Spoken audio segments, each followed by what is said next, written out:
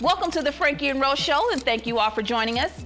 Joining me on the phone lines right now is a woman who first captured many of our hearts as the subservient bride-to-be for Akeem in Coming to America, starring Eddie Murphy and Arsenio Hall. From there, we have been blessed to see her talent shine in the roles ranging from Cheaper by the Dozen, Jada Pinkett Smith's Hawthorne, 227, LA Law, All My Children, A Different World, and the list goes on and on. Also, beyond being recognized as an accomplished actress, she is the mother of two lovely ladies and the wife of a successful doctor. Tonight, it is my pleasure to share this time with Mrs. Vanessa Bell Calloway, who has stopped by to talk to us here on the Franky Ro Show. Vanessa, hi, welcome to the show. Rochelle, thank you so much for having me on your show today. Vanessa, being very busy with acting and different events you are involved in, how do you balance being a wife and mother and keeping family first? Well, being a wife and mother is always my first job, I think. And not necessarily in that order, because sometimes being a mother somehow seems to trump being a wife some days. But lately my children are gone, so my child rearing days are pretty much behind me now. The days of all the pizza lunches and drill team moms and track moms and all the moms that I've been in the committees and the homework and the dance recitals, piano recitals. Those days are all behind me. But when those days were an occurrence, I had a huge support system. You can't do anything without a support system. Sometimes I'd have to go out of town to shoot, and thank God I had my husband here. We're blessed we had a housekeeper because, we were financially able to afford one. His parents lived about 5 minutes away, and when my kids, about 12 years ago, when my kids were still little, I moved my mother out from Ohio. So I've always had a huge support system in line for me, and a lot of good friends who would help because our kids were friends. So if they needed to pick up from school, or if they needed a drop off here, or somebody to attend this, then they were there for my children as well. So like I said, I was very blessed to have a huge support system, but it's still hard to juggle because as a mother, you don't want to leave your children, but as a working professional, I had to. And I had to find a balance, and I would have everything organized for them, from birthday party invitations to gifts to what they were going to wear to school to meals pre-prepared. I did it all, and I don't know how I did it sometimes, but I managed to be an actress, a wife, a mother, a businesswoman, and I'm glad because my girls got a chance to see a whole human being be their mom, and in doing so, I think I've set an example for them to show them that they can do more than one thing. They can multitask, and you can do more than one thing well. And it's necessary that you do more than one thing because you aren't just one kind of person. You aren't ever going to just be a wife and nothing else. Chances are, even if you're not a mother, you're a wife, you're a mother, you're a wife, you're a sister, you're a daughter, and you work somewhere. So you're a business person, or you're a mother, and even if you don't have a job, but you're a mother and your wife, and you're still another family member. So you're never going to do just one thing.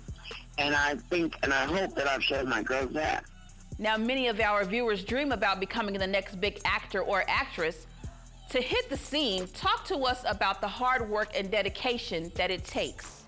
Well, this is a business where people flock to this city in New York and grows every day. I mean, I run into so many young people here that are constantly asking me for advice and, crying on my shoulder because they come, just droves and just come to the city, and that's fine. I think one of the first things you need to do is be honest with yourself. Am I talented? Do I really have it? What it takes? Am I cut out for this? Because just because you want something doesn't mean it's right for you. We've seen that happen. We've seen a lot of people who aren't talented and make it because they just insert themselves in the right place. I've seen a lot of people who are super talented and never made it because they haven't been able to crack that nut. So you have to kind of see where you fall in. And how big is your desire? And I would say if your desire and your tenacity is tremendous, then you have resilience, then you have a good shot at getting in because this is not an industry for weak people, for people who go crying at the first rejection. And some of those people who make it who aren't really that talented because they're just so bold and brassy, they just find their way in. But I think you have to be honest with yourself. Where you lie in this and where you fit in the picture because sometimes you have to have a plan B if the plan A doesn't work. Especially if you realize that maybe this isn't for you because of the work that it takes. But something I always like to tell everybody, to stay ready to be ready. You have to stay ready to be ready. You can't get ready at the drop of a hat. If you aren't trained, if you aren't ready, if you aren't poised, then when the door opens, you're not ready. And you never know when that door is going to open. I always like to tell them that if you get a job today and you don't like the way you look, say you want to lose 15 pounds. You've been trying to lose 15 pounds forever. Your hair is not in condition. Your teeth aren't fixed. Well, just because you get a job doesn't mean all that's going to miraculously come together in the next few days before you have to work. So it's your responsibility to be the best you, whoever that is, whoever you're comfortable with. It's your responsibility to be the best you, to be trained, to be looking good, to be groomed, to be ready so when that door opens, you can jump in. Because sometimes you don't get any notice. When I did Hawthorne, I went in on a Thursday, and Friday I was at work. I didn't get a chance to prepare. I had to be ready. So that's the best advice I like to give young people. Vanessa, you will be returning to Showtime's Emmy-nominated series Shameless. Tell us about Shameless and your role. Well, when Shameless first hit the scene 2 years ago, when they just started, I was called in very early. They had just shot a couple of episodes after that aired, and show number 3 and show number 4 the first season. And I got an audition like everybody else to play the role of Carol, Chanel Hampton's mom. Her character's name is Veronica. I got a call like everybody else, and I went in and I wanted the part because it was a John Wells show, and I knew it was going to be good. And I had worked with Mr. Wells, years before, and I auditioned and I got the part.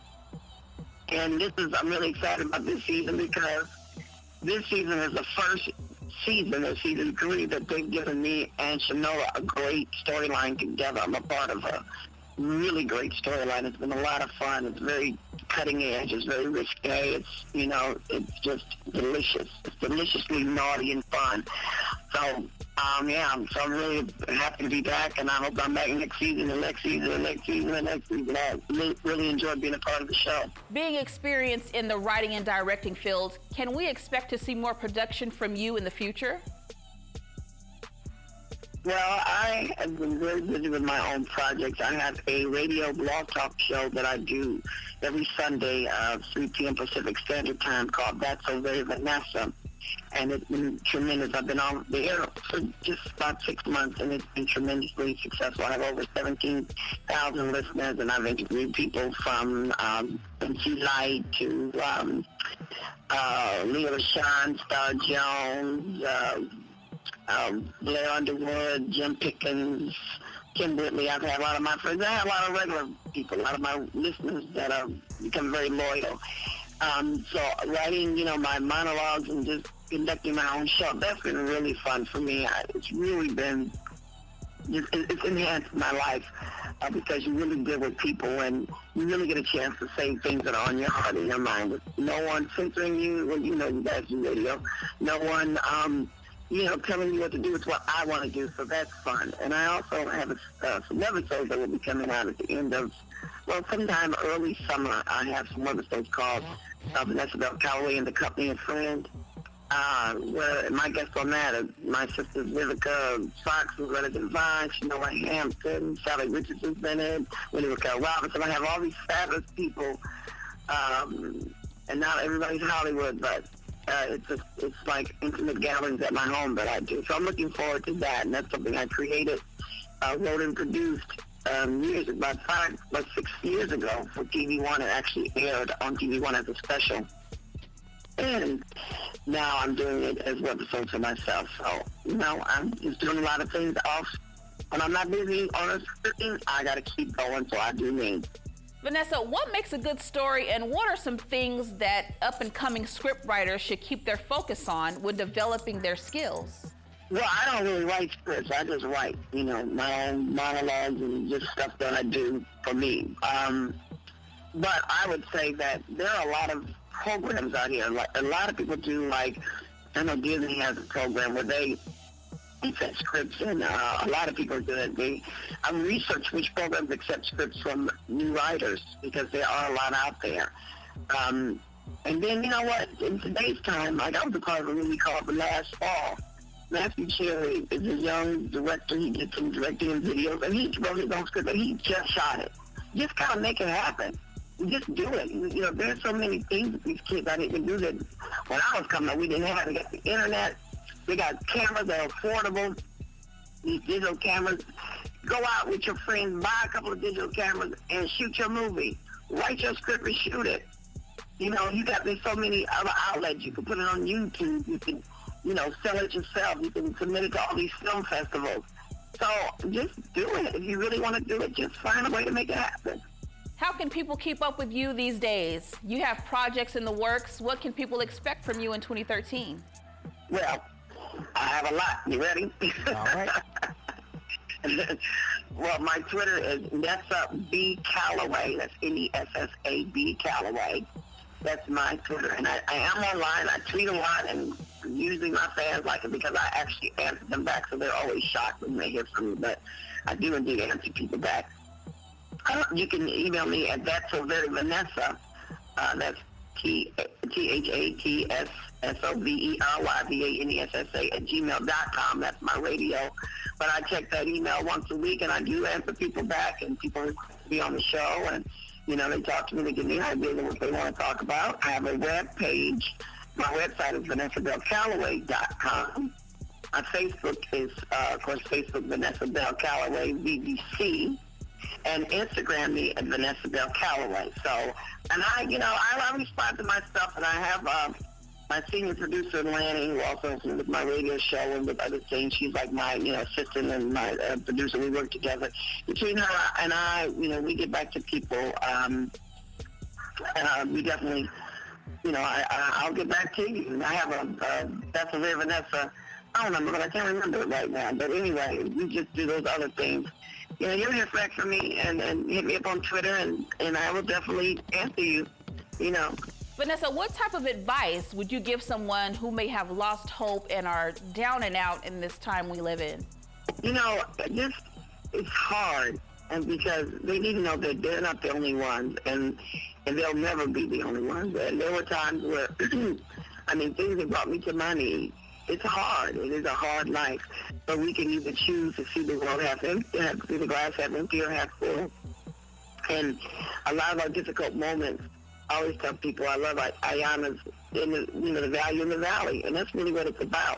Sometimes we have to go deep in the valley to reinvent ourselves, to be reborn, to come out anew. And it's the value in the valley that you find that can redefine who you will emerge to be tomorrow. So just don't give up. I know that you're not the only one. I've been brought to my knees several times. People look at me and think, oh my God, you got this, you got that. Yeah, it doesn't matter what you have or don't have, because everybody experiences loss, depression, sadness. That's something you can't buy your way out of. And we all have been low, and we've all felt that. But it's how you rebound. And as I always tell my children, you're going to fall. You live long enough, you're going to fall. But it's how you get up that defines the character, the woman or the man of who you are. So just know that as low as you may feel today, you don't have to feel that tomorrow. Use that glass half full. Find that value in the valley for yourself. What are the lessons I'm supposed to be learning right now, and how can I apply them to my future? You're falling or you're low. Look, stand up, strong, get up, and take a baby step at a time, and pretty soon there'll be giant step. And that's the best advice I can give, because I've lived it. I've done it. I know what it feels like. Vanessa, thank you for stopping by the Franky Ro Show. You are always welcome in our house anytime. Rochelle, I want to thank you so much, Sri, for having me on the show today. I had a blast. Thank you so much. And I love the inspirational part. That's really very important to uplift each other. That was our very special guest for the evening, actress Vanessa Bell Calloway from the Showtime series Shameless. Now, if you enjoyed this interview and would love to hear it again, or maybe you missed a portion of the show, feel free to log on to FrankyRoShow.com. Once again, that's FrankyRoShow.com. Right now, I will send you over to Franky for some more news before it's time to go. Franky, take it away.